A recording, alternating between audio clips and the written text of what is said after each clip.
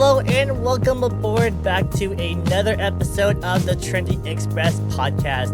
My name is the Eli Samurai, and today on our special episode here at the VTuber station, we have a special guest of our own. It's the one and only Yumemi. Hi everyone! Thanks for having me. I'm Yumemi. Yume means dream, me means beautiful, so I hope everybody has beautiful dreams. I'm a Galaxy 2.5D idol VTuber and really like to karaoke and perform at events. So thank you for having me. So you've been an idol for 10 years, am I right? Oh yes, for a whole decade. So how has that been from like your early beginnings to where you are now? Well, I definitely learned a lot of things growing up. I still remember the first time I went up on stage, and I was just so nervous. I was shaking. But now going through a whole 10 years, I've learned so much, and I've gotten so much more used to the stage and going to events, and it's quite normal for me now. But seeing all the young people kind of where I am, where I used to be, is always like very exciting for me to see them grow. And I'm very excited for the next generation in a way. So before you started as a idol and also a VTuber, and we could go like before your university or around university, were you inspired or influenced before you became an idol and your first Idol Fest appearance? Well, before everything happened, I wasn't really into the idol animes or anything back then. I really liked, of course, like, I don't know, Mermaid Melody back in the day, or those type of things like Cardcaptor, like Maho Shoujo, or like magical girl anime stuff. So I didn't really like listen too much about for like idol anime stuff beforehand, but I just liked performing. Doing singing and doing like children's choir stuff like that, but all the way beforehand. So it was only when I got into university that I started getting introduced to like Love Live and things like that. But beforehand I just liked performing and singing on stage if I can. Yeah.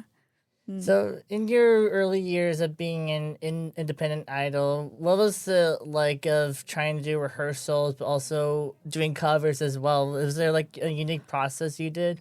Ooh, unique process. Well, of course, there's a lot of practice. I think the way that I really like to, if I'm trying to record something, is that I have to be really well practiced before I can do it. I know some of my other friends, they are really easy. They just hear the song a few times and then they'll just start recording things right away.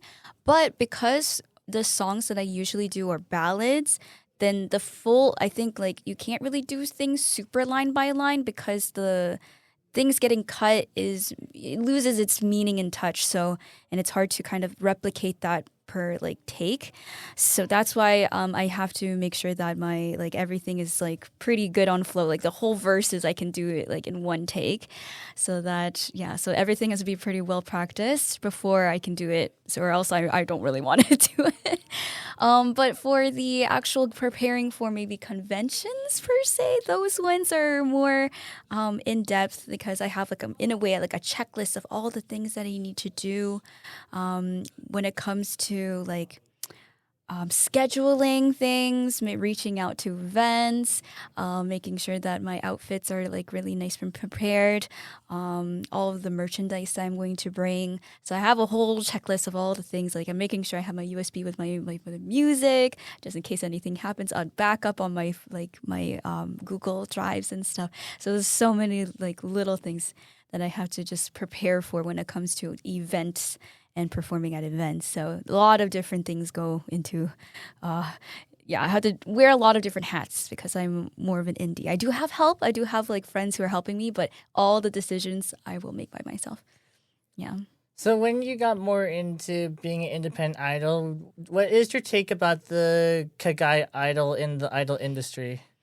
Oh, okay. So for those who do not know what Kaigai idol is, it just means overseas.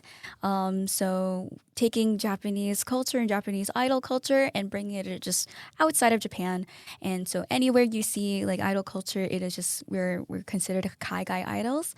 And so I am considered a Kaigai idol. And yeah, when it comes to the difference between like idol culture in like maybe the Western sphere in like North America versus the ones in Japan, definitely super different because we kind of course will shape it towards how it fits in within our culture in a way. Because we don't really have like super big agencies here or talent agencies here per se, so it is very rare for us to make a living. It's more of a hobby on our side. So, but I've been doing it for so long, so I've been able to see so many different types of idols. There's like of course we love to cover like anime, and also like different like J-pop and other idol groups and things. And usually we will perform at conventions and events. We don't really, we sometimes host our own performances, like own concerts, but it is a little harder. You don't really see it too often, but yeah, we love doing like idol showcases and meet and greets at conventions and stuff. Those ones are really, really fun, and you will see them like everywhere now. Yeah, so it's very interesting because we at least get to take control of our own like the creative aspect of being an idol here, and we don't have to worry about all the technical things of just like being told what to do, where to go, and things like that. We get to we get to figure out our own set list, our own songs we want to do. We have to figure out our own practices. So it is harder then because everything is on us. As the creative idols, so we are working very hard, and so shout out to all of the idols at least in Toronto, because you guys are all super hardworking, in like all of Ontario and all of Canada. We're all very, very hardworking people. Yeah, and we like to. Our main focus is always just to perform. Just we want to have that like excitement, and that's why we always practice so hard for, right? We don't really. I feel like we're very simplistic in that sense. Like we just want to have a place to perform, and then we also love idols, right? We loved seeing everybody else performing and hearing all the songs that they do. So it's just that type of unity, that type of simplicity just makes idol culture here really like super bright, super fun, and always exciting every single year. So around the time, the pandemic hit, and then they had to shut down like all the conventions across the world. Oh, yeah, it's so sad. So did you get influenced, or were you inspired in any ways to pursue becoming a VTuber around that time? Yeah, so I think during the first year of when everything was shut down and things, and there's no conventions, no I can go karaoke with friends. Then I was we all kind of shut in for a while. I'm so glad that Animal Crossing was around that just came out, Animal Crossing New Horizons. And so yeah, I was playing that so faithfully every single day from like morning till night. And yeah, that kind of saved me during the pandemic and just being at home for the entirety of times. You can say that I was on the black market. So yeah, but I was invited to my first stream. Charity stream actually by my friend Altair from Astral Mile, and he was hosting a charity stream, their very first stream on Twitch. So it was very for me it was like very huge. There was like a lot of different idols and performers and groups kind of setting in videos or doing things live, right? And it was just like, wow, amazing. And so I was asked to help with doing judging for their little like competition part. I guess it was just people doing like either the singing or like other types of like shows and stuff. And I'll just be a judge, and then I got to also perform as well. So this was before I became a VTuber, way before. I think in May of 2020, and just that unity that we get to see and performance, it was just made me super like nostalgic. I'm just like, oh, I really miss like performing, and I get to see like so many like, friendly faces and also familiar faces performing again, even if it was through a screen. And I was just so excited to see that. And I thought like, oh, I really want to do this. I really want to like sing again and like in karaoke again.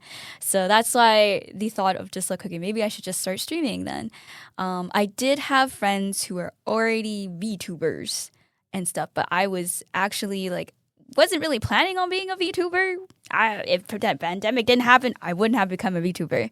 I would have just kept doing my own thing at like and performing on stage and stuff.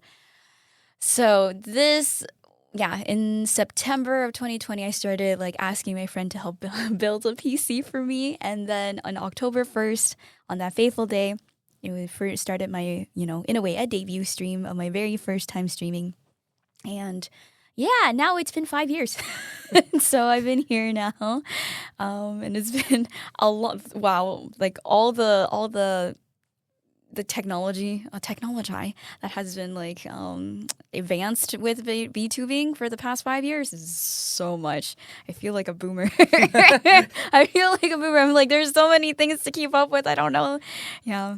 We went from like a lot of people were using 3D models back in like 2020, and 2D models were not really like that seen until like as we transitioned to like 2022-ish, 2023, then a lot of people were just mainly using 2D models. And now in our like 2025 to 2026, we're starting to go back into 3D models and really high-end 3D models now. So it's kind of like a bit, I can see the shift.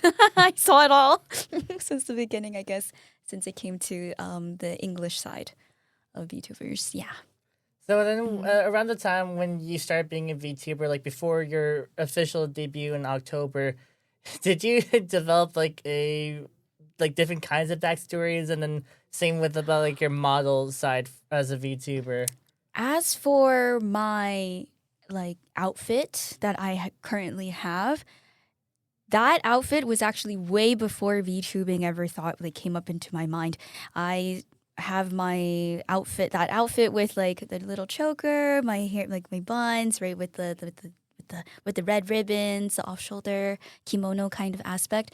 That was from 2018, and when I was doing my normal just everyday idol stuff, performing at conventions, I was like, I should come up with like some sort of like anime version mascot of myself or something. So that's what happened, and I commissioned an artist to help me with things, and I'm very detailed when it comes to just thinking of like things and characters and names and stuff. And so I have this like reference sheet of like, oh, the eye color will be this, the hair will be like this.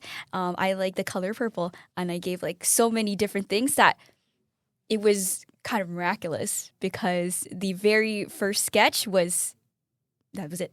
There's no like, a lot of people are like, there's no like other drafts. There was just that. The only thing that needed changing was I do have, on my model, I have like little beads on like the ends of my ribbons. And that was just the changing the color of them. And that was it. But everything else has been the exact same since 2018. And when 2020 happened, then I transitioned to using that as my model. And it's been that since 2018. So, yeah. So nothing has pretty much changed since then. And that's kind of crazy, because it still fits within, like, in a way, it kind of still fits within our, like, this generation of VTubing standards, in a way of, like, a fashion sense.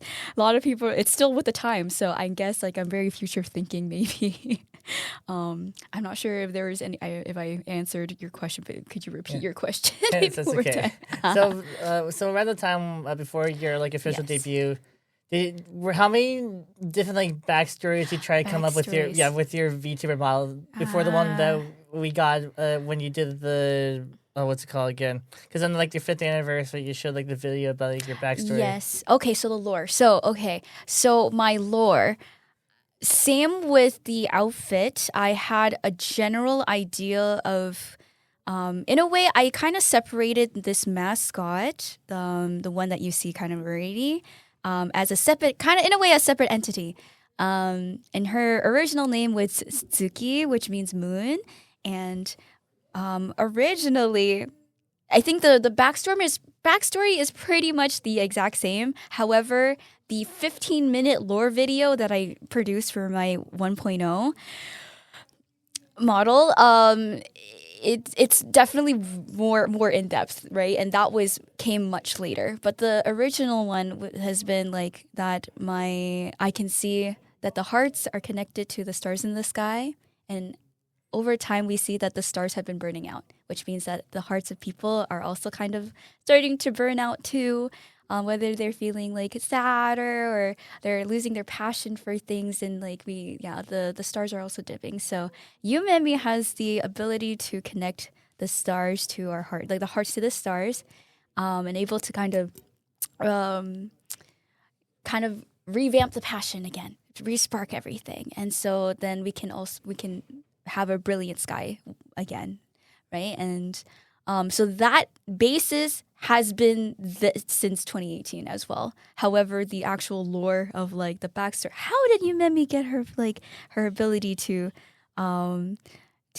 connect people's hearts again, or like to encourage people again? So that came much later. Also in 2020, I already started thinking. I was doing a retail job at the time, and right before pandemic, and I just was doing like my closing shift, and it hit me. It hit me so well. I was just like, oh my gosh, I know what my lore is going to be, and I just needed to write it down. And I told myself like, only 3 pages. I only want to write 3 pages, but no, that did not happen.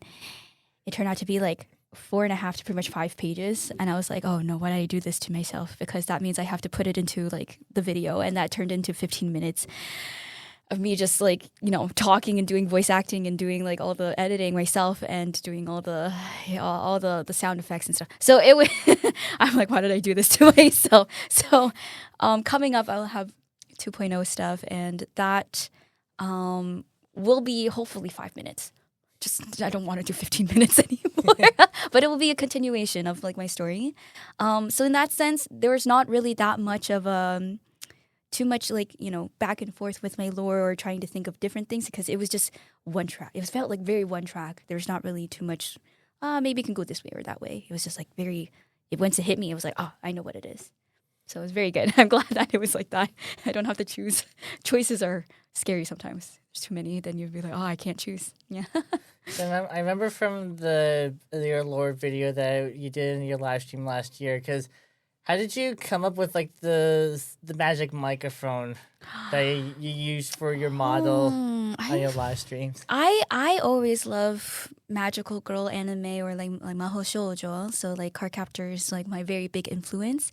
So when it came to having some sort of like magical device or staff, like I didn't really want to have maybe a magical staff or like handheld, because at the time I feel like all the VTubers have handheld. So I was like, why don't my microphone just like float so I don't have to hold it, and that makes it so much easier. So and then like it will just follow me if I'm going like moving side to side. It will just follow me. So that in itself was it was a group effort to come up with the design, at least, because I kind of had my own idea, and my artist mama, her name is Bun Bun Artworks. She also gave me some ideas, and then I was like, okay, maybe try to do other ideas. I asked some of my other friends who are very artsy, and then they also gave me ideas. So I just like combined all of them, and then turned out to be, her name is Nebula, but then I call her Nebuchang as my magic microphone, and she just like yeah. So that's the idea, at least for my magic mic. Yeah, it was really fun. Mm.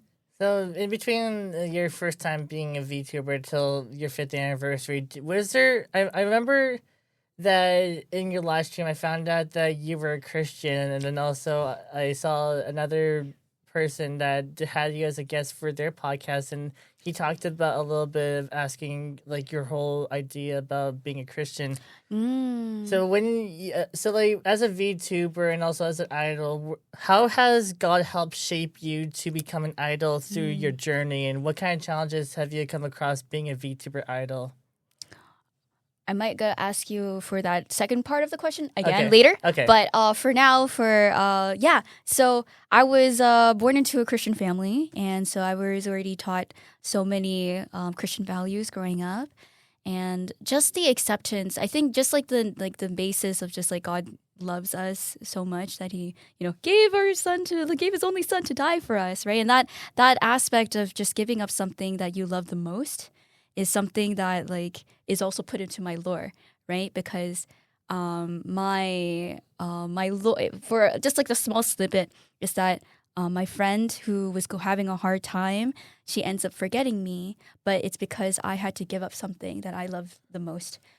Ooh. So then that's already kind of a situation of like, how God kind of gave up his something that he loves the most, but then I also choose to continue on because I hold the memories still of my friend, and I like continue on because I want to help other people with like the gift that God gave me for singing. So I think God gave me a really lovely gift because singing is like so fun. We love karaoke time all the time. It's a good de-stressor as well. So I'm glad that I'm able to share my gift with everyone and like my positivity in general. I am a very like super like the glass is not just even half full or half empty. It's just full. It's just there is water in there, so it is full. So I'm the type of person that probably will try to see things in like the best light as much as possible because like some other people I think really need it. Or even so just some like simple kindness or just simple kindness and respect. I think everybody deserves that, or just genuine like love, kind of thing for anyone. I think everybody needs that, and I think I was given that. Really, I'm thankful that I have a really loving family and was taught really loving values, and my whole family showed me that growing up, and so in acceptance. So I would love to try to keep that in my own, like, my idol performances, my message, or just how I act to people is very apparent in like, the way I speak. I try not to swear at all.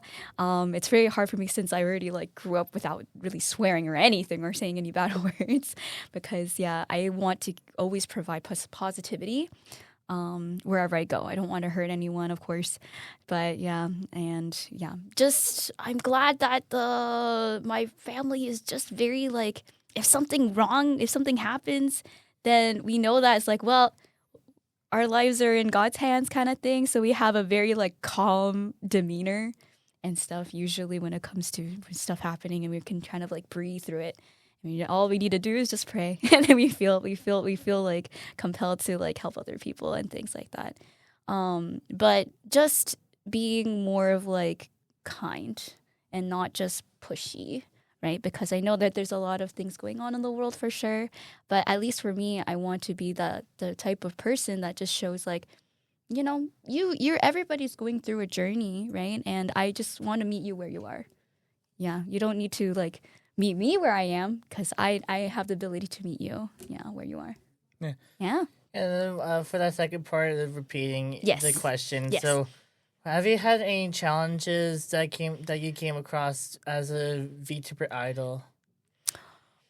Any challenges? I feel most people are very like excited whenever they meet me or just like come upon me, I guess, whenever they're like browsing and stuff. Would you say like, oh, like have I experienced any like haters or something?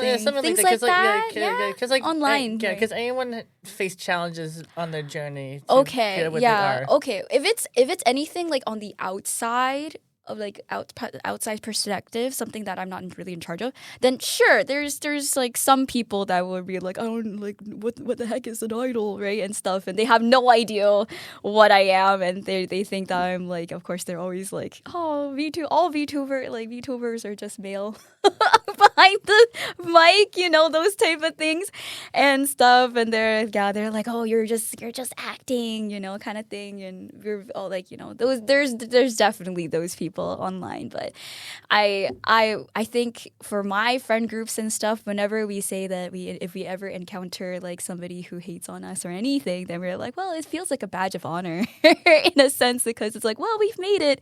Like people have us in their head rent free. So, and it's for me, it's like, well, anybody who's going through that, it's not really my fault. I can't really change how you feel about me. That's definitely what's something that you need to go through yourself. So if you want to do that, then that is fine. I don't really recommend that. I really don't recommend that. I want you to like find things that you love to do. So if you feel like you're hating on me, then I'm like, oh well, maybe you should change. You don't have to watch me. You just change your perspective. Go find something you want to do.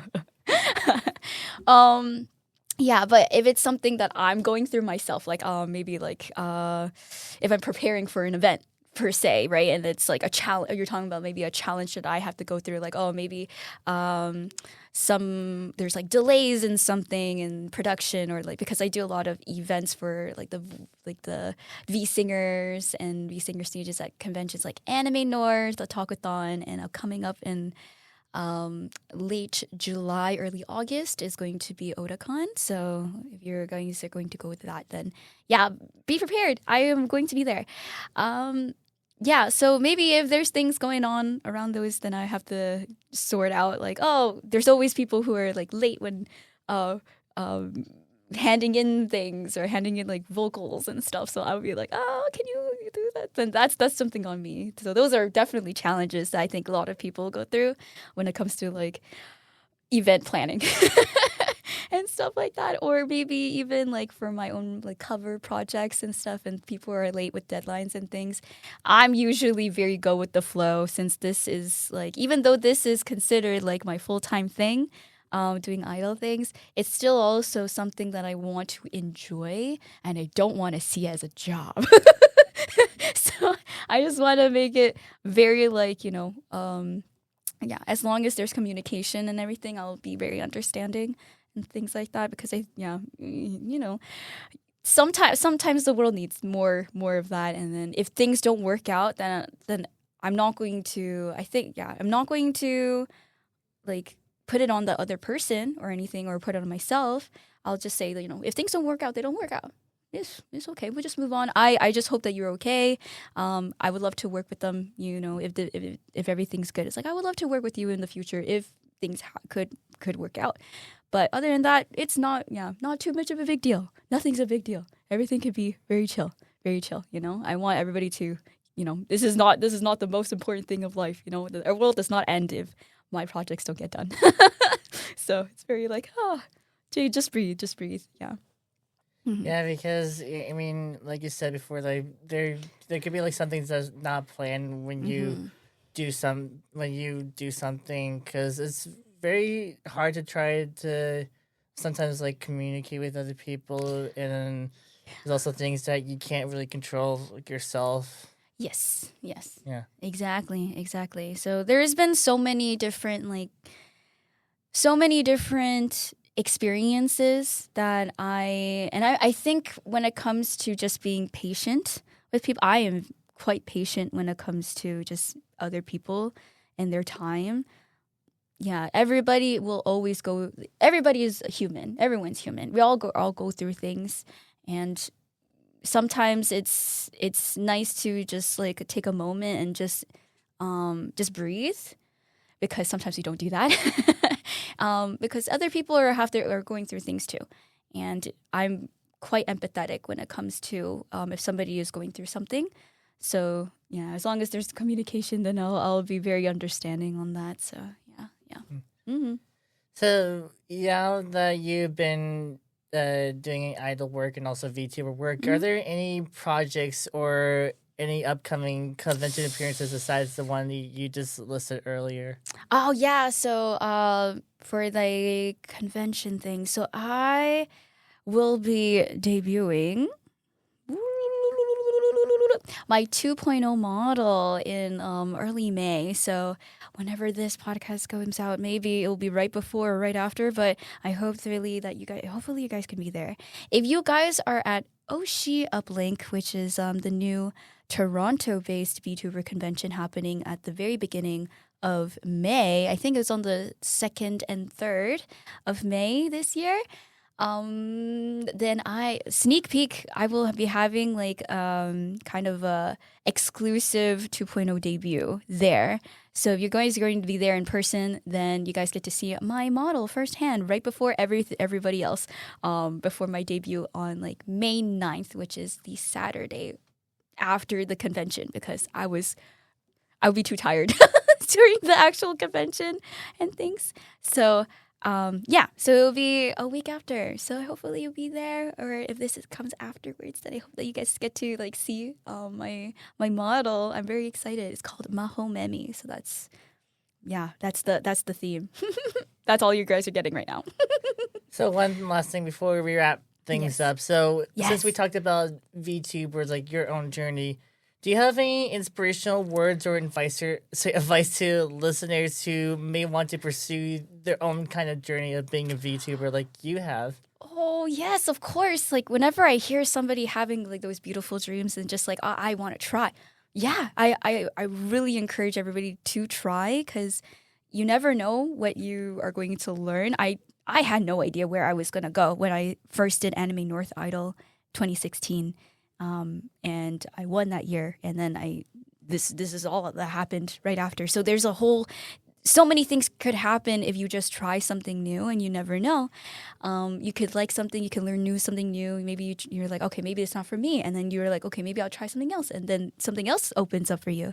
So you never know unless you try, and like don't beat yourself up. I would say don't beat yourself up if things don't work out, because I started from nothing as well. Right? Everybody starts somewhere. And so don't beat yourself up if things don't like go the way you feel like it's supposed to go, because everybody goes at their own pace. Just enjoy. I would say like the reason why I even lasted this long for a whole decade of just doing idol stuff is just because I just wanted to sing. And I've done it every single time. Right? I've fulfilled what I've wanted to do all the time, but then because of how simple the simplicity of things make me very happy, then it made me keep pursuing the same things. And it's the same thing, right? It's like everything always falls into place then, if you just keep your mind into like the simplicity. If you think that you're like, no, I'm not having that much fun of it, then don't do it. So I don't force myself to do things I don't really like, because I want to have fun in life, right? And if I find like, if I don't like it, then I'm not going to do it. So I think that's maybe something to think, my words of wisdom for anybody who wants to try. Just try it. You never know. And I will always be encouraging to anyone who wants to just try something new for your beautiful dreams. So that is going to be the end of today's episode. Thank you very much for joining us on another journey through the VTuber world, and also through the pop culture world, because that's what we're all about here on the Trendy Express. So if you want to follow and support Memi, she has a Discord community, which is going to be in the link in the description below. There's also going to be the links to her YouTube channel and also Twitch. So if you want to see her live stream on those two platforms, you could do so. And also I'm going to include her Instagram as well. So if you want to follow her to see what she's up to, you could do that. But also follow us on Instagram. We would like to have more people to support us. We are going to post different exclusive contents on there. And also don't forget to subscribe, like, and comment down below to see what else we could do on the podcast, which is going to be fun. And on that note, stay trendy, and we'll see you next time at the new station.